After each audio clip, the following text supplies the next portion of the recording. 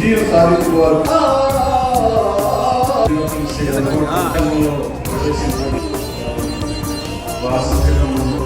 సేవా సమితి వాళ్ళకి నా ధన్యవాదాలు తెలియజేస్తున్నాను.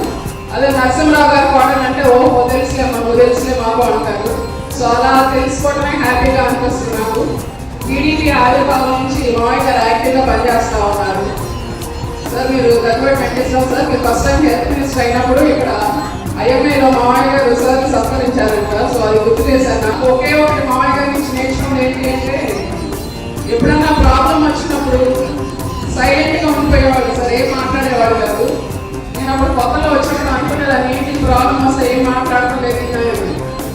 తర్వాత ఇప్పుడు లేట్ మెచ్యూరిటీ వచ్చినాక అర్థమైంది ప్రాబ్లం వచ్చినప్పుడు ఇబ్బంది వచ్చినప్పుడు సైలెంట్గా ఉంటే కొన్ని నిమిషాలకో లేకపోతే కొన్ని అవర్స్ తర్వాత ఆ ప్రాబ్లం వెళ్ళిపోయి, ఎందుకంటే నెక్స్ట్ థాట్లోకి వెళ్ళిపోయినప్పుడు ఆ ప్రాబ్లం చిన్నదిగా అనిపిస్తుంది అని నేను ఆ లైఫ్ వేసి ఆయన నుంచి నేర్చుకున్నాను.